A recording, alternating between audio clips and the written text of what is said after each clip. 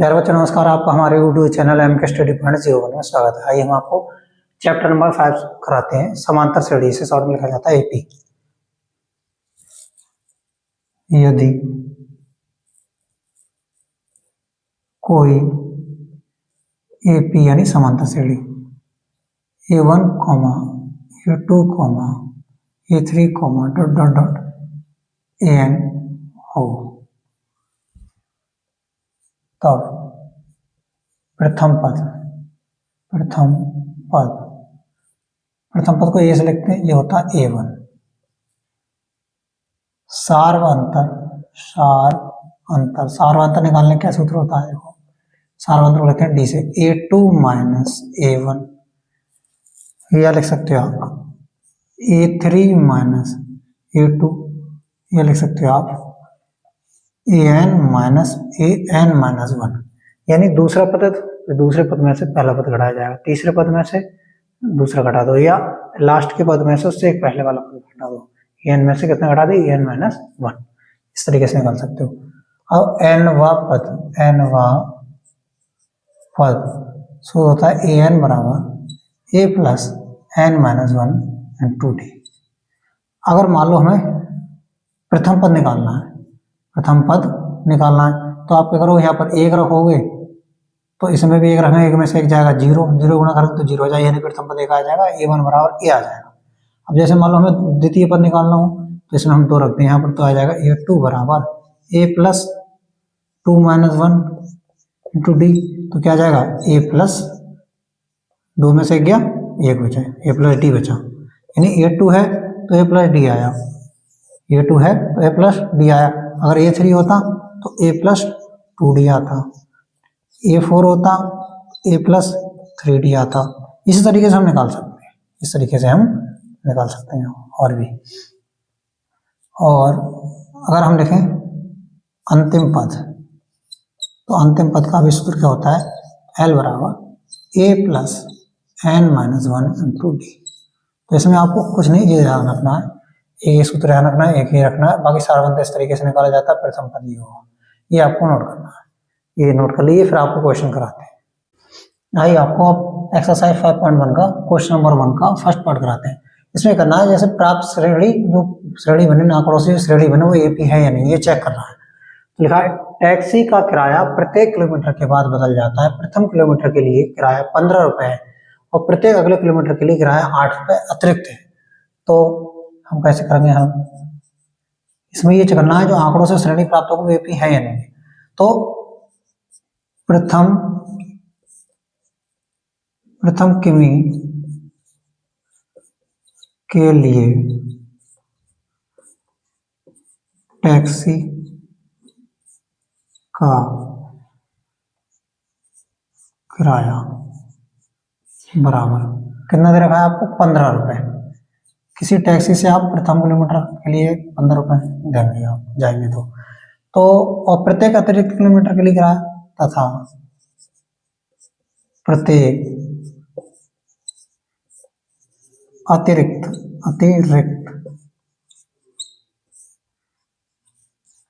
किमी के लिए किराया कितना है? 8 रुपए। प्रथम किमी के लिए 15, अतिरिक्त किमी के लिए 8 रुपए। तो इसलिए हो जाए, इसलिए दूसरे यानी द्वितीय किमी के लिए किराया, अब दूसरे 2 किलोमीटर के लिए जाएंगे, देखो 1 किलोमीटर के लिए 15 रुपये चला गया, मान लो यहाँ पर लिख दो 2 किलोमीटर के लिए किराया, 2 किलोमीटर के, इसलिए 2 किलोमीटर के लिए किराया 15 रुपये तो जा ही रहते हैं, और 8 रुपये इसमें और बढ़ जाएंगे, टोटल कितने रुपये हो जाएंगे? 15 8 23 रुपये हो जाएंगे। अब जाना है हमें 3 किलोमीटर, तो 3 किलोमीटर के लिए किराया बराबर 2 किलोमीटर के लिए तेज जा रहे हैं तो इसमें 8 रुपये और बढ़ जाएंगे, प्रत्येक किलोमीटर पर कितना बढ़ रहा है? 8। तो कितना हो गया? 30 और 8 आप जोड़ेंगे तो हो जाएगा 31 रुपये। ठीक। अब मान लो 4 किलोमीटर के लिए जाना तो 4 किमी के लिए किराया बराबर 31 तो है ही 3 किलोमीटर के लिए, 14 किलोमीटर के लिए 8 और बढ़ जाएगा तो कितना हो जाएगा 39 रुपये। तो हम लिखेंगे आंकड़ों से प्राप्त श्रेणी, आंकड़ों से प्राप्त श्रेणी, जो आंकड़े हैं उससे प्राप्त श्रेणी क्या होनी है हमारी 15, 8 नहीं लिखेंगे क्योंकि 8 तो प्रत्येक अतिरिक्त किलोमीटर के लिए किराया है ना। पहले किलोमीटर की 15 होगा, दूसरे 2 किलोमीटर का कितना होगा 23, और 3 के लिए 31, 4 के लिए 39 डॉट डॉट डॉट डॉट। अब हमें ये चेक करना है ये AP है या नहीं है। जैसे मान लो ये होगा इसे माना A1, इसे A2, इसे A3, इसे मान लीजिए A4। अगर AP होगी तो इसमें सार्वंतर बराबर आ जाएंगे तो हम लिखेंगे सार्वंतर, सार्वंतर आपने निकाल ली। जैसे मान लो T1 तो ये हो जाएगा A2 माइनस A1।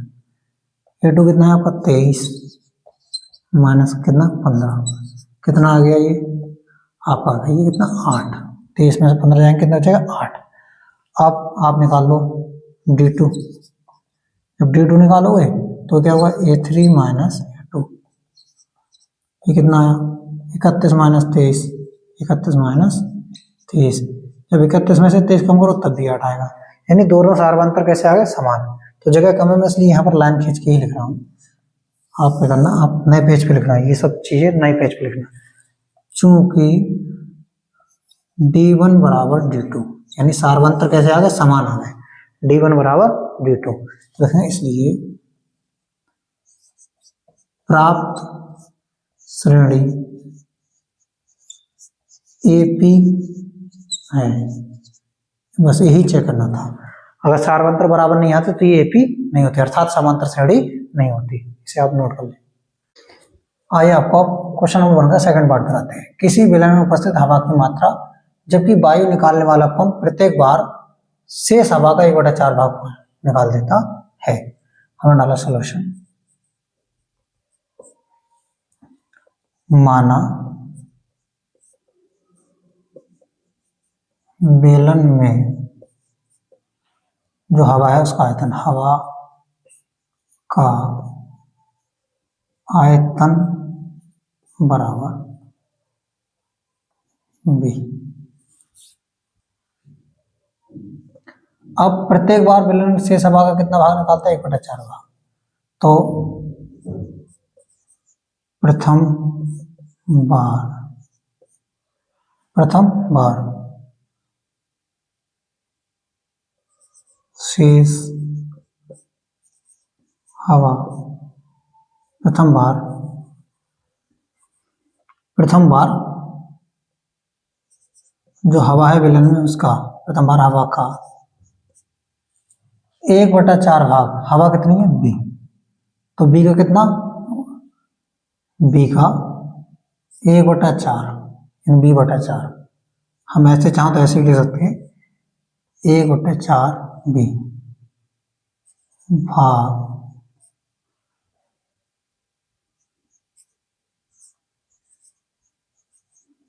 निकालने पर शेष हवा जो बेलन में शेष हवा, ठीक है हम चाहते ही ले सकते हैं बेलन में शेष हवा, बेलन में शेष हवा, पहले हवा थी B, हवा का आयतन B था, अब इसका 1/4 भाग निकल गया तो 1/4 B, तो कितनी हवा बचेगी ये चेक करना है आपको। तो 4 एकम 4, तो ये 4B माइनस 1B बटे माया 4, आंसर ले लिया हमने 4 एकम 4B माइनस 1B बटे 4। अब 4B में से 1B जाए कितना बचेगा 3B बटे 4, ठीक। ये शेष हवा आ गई बेलन में प्रथम बार, ठीक है। अब दूसरी बार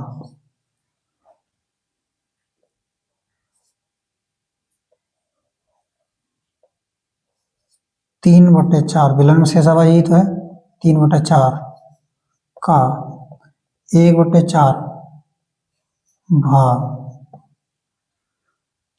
1/4 भाग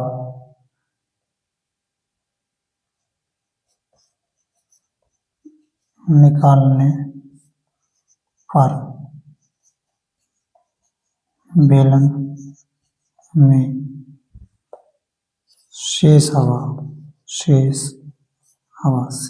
कह सकते हो या हवा का आयतन कह सकते हो, शेष हवा बराबर। अभी कितनी बची है? 3/4 भी। इसमें से इसी का कितना भाग निकाल देंगे? 3/4 भी का 1/4 भाग और निकल गया, तो क्या होगा? ये लासा लेने 3/4 भी, तो ये होगा 3 एकम 3 भी और 4 चौक 16। इनका आपस में लासा लेंगे आप, जगह को हम यहाँ पर लिख देते हैं, तो इसका लासा आ जाएगा 16।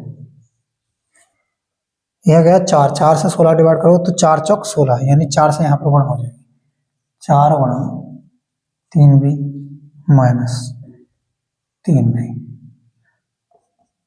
तो 4 3 12, 12 भी में से 3 भी जाएंगे तो आएगा बचेगा आपका हो जाएगा 9 भी। 4 3 12, 12 भी होगी, 12 भी में से 3 को कम कर दो तो बचा 9 भी बटे 16। ठीक, तो हम लिखेंगे इसलिए आंकड़ों से प्राप्त एपी आंकड़ों से प्राप्त श्रेणी, एपी चेक करेंगे एपी है या नहीं है। प्राप्त श्रेणी क्या बनेगी? आप पहले तो आपका आयतन इसमें था बी, बाद में कितना बचा आपका? 3/4 बी, फिर कितना बचा आपका? ये 9/16 बी।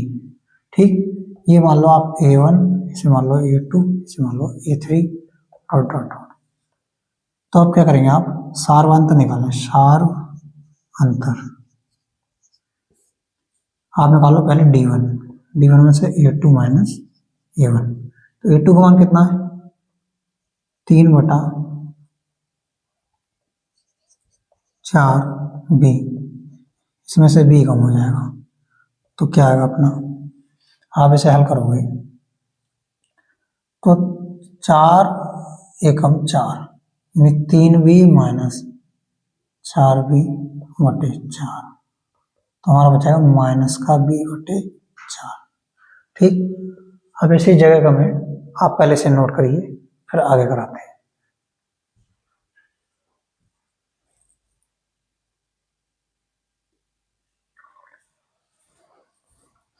अब निकालेंगे हम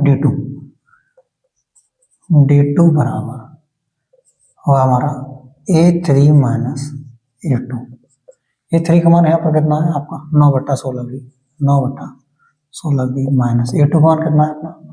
3/4 बी। लासा ले लें आप, 16 लासा आ जाएगा इसका, 16 का 4 का 16 ही लासा आएगा, तो ये 9 बी, क्योंकि 16 एकम 16 इसमें 1 से गुणा हो जाएगी माइनस। अब ये 4 से 16 डिवाइड करो, 4 चौक 16, तो इसमें 4 से गुणा होगी, तो 4 से जब गुणा होगी तो 4 गुणा 3 भी हो जाएगा। इसमें किससे हो रही है? 1 से गुणा हो रही है, तो 9 भी माइनस 4 3 12 भी बटे 16। 12 में से 9 जाएंगे कितना बचेगा? 3, वो भी माइनस का 3 भी बटे 16।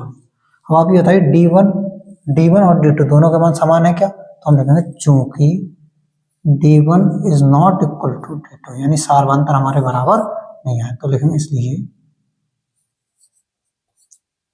आंकड़ों से प्राप्त श्रेणी एपी नहीं है, यही होगा हमारा आंसर।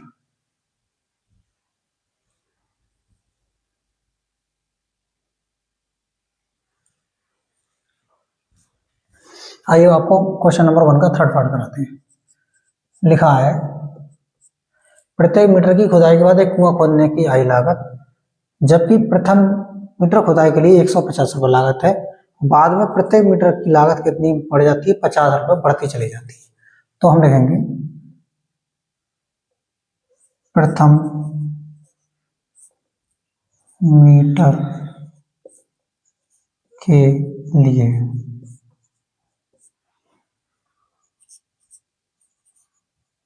वहाँ खुदाई की लागत बराबर 150 रुपये तथा प्रथम मीटर खुदाई लागत 150 है, बाद में प्रत्येक मीटर के लिए लागत कितनी बढ़ जाती है, तथा प्रत्येक अतिरिक्त मीटर के लिए लागत, यानी प्रत्येक अतिरिक्त मीटर में कितनी लागत बढ़ रही है, 50 रुपए। तो प्रथम मीटर के लिए कुआं खुदाई की लागत कितनी आ रही है, 150, तो हमारे आ जाएगी, इसलिए दूसरे, या मान लो 2 मीटर लिख लो, 2 मीटर के लिए कुआं खुदाई की लागत बराबर, प्रथम के लिए 150 जा रही थी और प्रत्येक अतिरिक्त किलोमीटर 50 और बढ़ रही है, तो टोटल कितनी होगी हमारी, ये 200 रुपये, 200 रुपये। इसी प्रकार हम ले सकते हैं 3 मीटर के लिए कुआं खुदाई की लागत बराबर, ये 200 है, 200 में 50 और जुड़ जाएगा, कितना आ जाएगा, 250 रुपये। ठीक, तो हमारी श्रेणी बन गई। तो हम लिखेंगे इस प्रकार आंकड़ों से प्राप्त श्रेणी क्या है आपकी, 150, अब लिखेंगे 200, अब लिखेंगे 250, डॉट डॉट डॉट, ये 50 से इसलिए नहीं जोड़ेंगे क्योंकि 50 तो अलग है, प्रत्येक अतिरिक्त मीटर के लिए ना, यही जोड़ गई तो आया दूसरे मीटर के लिए। तो अब क्या करेंगे, इसे आप A1 मानो, उसे A2 मानो, इसे A3 मान लो, इसलिए आप निकालो सार्वंतर निकालेंगे हम, तो लिखेंगे D1 बराबर A2 माइनस A1, यानी 200 माइनस 150, कितना आ गया, 50। हम निकाल लेते हैं D2 बराबर क्या आ जाएगा, A3 minus A2, A3 minus A2 का मान कितना है आपका, 250, 250 में से A2 का मान 50, 200 कम करोगे कितना बचेगा, 50, यानी दोनों सेम आ गए। तो हम क्या लिखेंगे, इस जगह में लिख लेते हैं, जगह का मैं लाइन खींच के, आप नए पेज से लिखें, जगह अगर आपको पेज भर जाए तो नए पेज से लिखें, चूंकि D1 बराबर D2, यानी सार्वंतर कैसे हैं, इसमें बराबर है, तो लिखेंगे इसलिए आंकड़ों से प्राप्त श्रेणी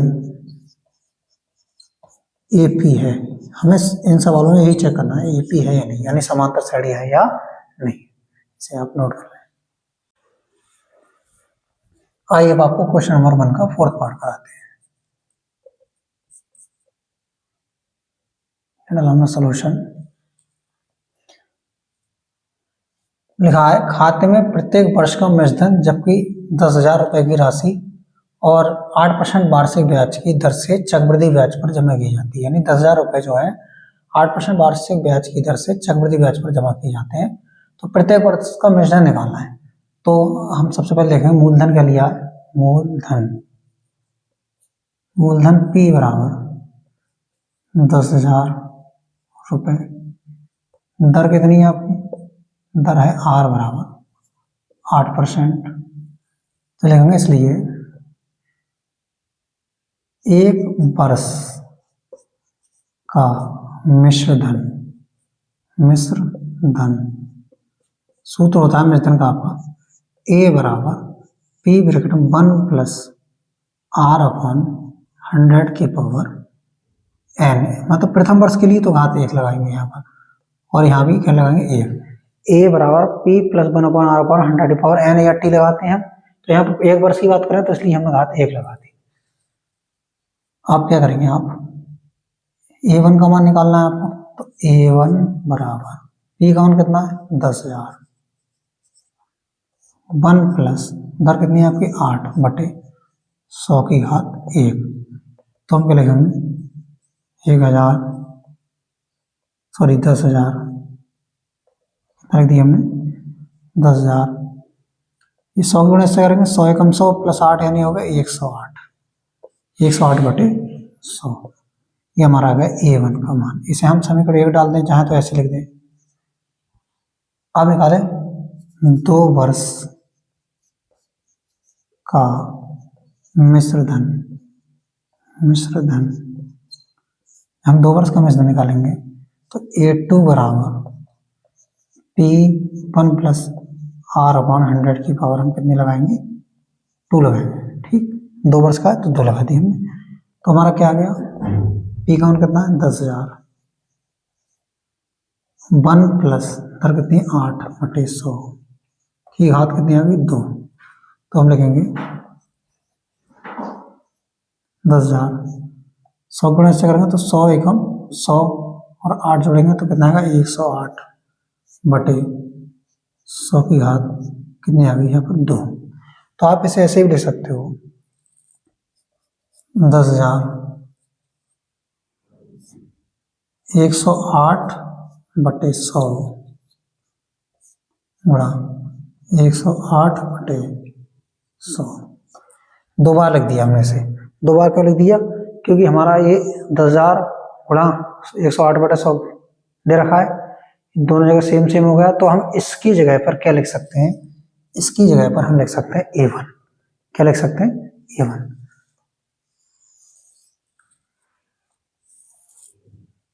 समीकरण 1 से इस तरीके से भी लिख सकते हो, यहाँ जाएगा आपका a2 बराबर, इसकी जगह पर क्या लगा दिया हमने a1 और ब्रैकेट के अंदर 108 बटे 100। अब हम क्या करेंगे, हम निकालेंगे 2 वर्ष के बाद हम निकालेंगे 3 वर्ष का मिश्र धन। जब 3 वर्ष का मिश्र धन निकालेंगे आप, तो सूत्र क्या लगेगा a3 बराबर p ब्रैकेट 1 प्लस r/100 की पावर कितनी आ जाएगी 3, 3 वर्ष का निकालना है, तो हमारा क्या आएगा a3 बराबर p का मान कितना है 10,000, 1 प्लस दर कितनी आपकी दर है 8 बटे 100 यहाँ 3, तो यह आ जाएगा हमारा 10,000, इसी 100 गुणा 100 एकम 100 प्लस 8 कितना होगा 108 बटे 100 की घात 3, ठीक। तो इसे भी हम लिख सकते हैं 10,000 और 108 बटे 100, इसकी घात हम लिख रहे हैं 2, कितने लिख रहे हैं हम यहाँ पर 2, ठीक। इसकी घात जब हम 2 लिखेंगे, या 2 मत लिखो, सिंगल लिख लो, ये 108 बटे 100 गुणा में 108 बटे 100 की घात 2, ये 3 है तो यहाँ कुछ नहीं, घात 1 तो ही, 2 और 1 3 हो ही गई। तो इसे हमने क्यों लिखा, क्योंकि हमारा ये क्या आ रहा है, हमारा ये आ रहा है आपका, ये लिखा है समीकरण 1 से, देखो 10,000 गुणा 108 बटे 100, यहाँ पर क्या आ जाएगा a1 आ जाएगा, कितना आ जाएगा a1। तो हम लिख सकते हैं, आप चाहो तो यहाँ पर इसे 3 बार भी लिख सकते हो, जैसे घात 3 है तो हम लिख देंगे 108 बटे 100, 3 बार लिख दिया हमने, तो इसकी जगह पर क्या आ गया अपना समीकरण 1 से आ गया a1, तो यह आ गया a1, हमने लिख दिया a1, अब यह 108 बटे 100, 108 बटे 100, ठीक। यह आ गया हमारा a3 बराबर। अब जो ये वाली समीकरण दे रही है आपकी, इसे आप थोड़ा डाल दो चाहो तो, ये क्या बनी थी आपकी a2 बराबर a1 108 बटे 100, A1 108/100। यहाँ पर हम इसकी जगह क्या लगा सकते हैं, समीकरण 2 से, समीकरण 2 से हमारा जाएगा A3 बराबर, इसकी जगह आप लगा सकते हैं A2 ब्रैकेट के अंदर 108/100। ठीक, अब क्या करते हैं, जगह है कम, आप क्या करिए, पहले यहीं पे लिख दे रहा हूं, चलो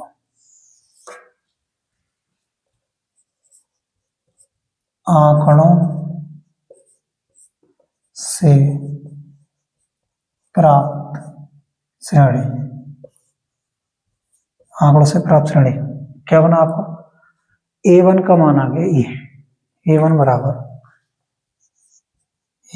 है आपका 10,000 गुणा 108/100, और A2 बराबर अपना कितना आया, A2 बराबर है आपका A1 108/100, और ये आ गया आपका A3 बराबर A2 108/100। अगर हम सारवांतर निकालें तो इसमें से इसको हटाओगे और इसमें से इसको हटाओ तो मान क्या समान आ सकता है, नहीं आएगा, अलग आएगा। तो हम लिखेंगे चूंकि सार अंतर इनके तीनों के मान अलग अलग है, इसमें से इसको घटाने पर जो मान आएगा वो इसमें से इसको घटाने पर नहीं आएगा। तो लिखेंगे चूंकि, हम निकाल लेने हैं, एक ही साथ निकाल लेने हैं, यहाँ पर A2 माइनस सारवांतर ऐसे ही निकालते हैं, A2 माइनस A1, ये A3 माइनस A2 इसके बराबर नहीं आएगा। यानी आप ऐसे अगर D1 मानते हो D1, तो D1 बराबर A2 माइनस A1 हो जाएगा, D2 बराबर A3 माइनस A2 हो जाएगा। इन दोनों के मान आपस में, इसमें से इसको हटाने पर वो मान, इसमें से इसको हटाने पर जो मान है आपस में बराबर नहीं होगा। तो क्या होगा, इसलिए जो हमें आंकड़े देखे, आंकड़ों से प्राप्त श्रेणी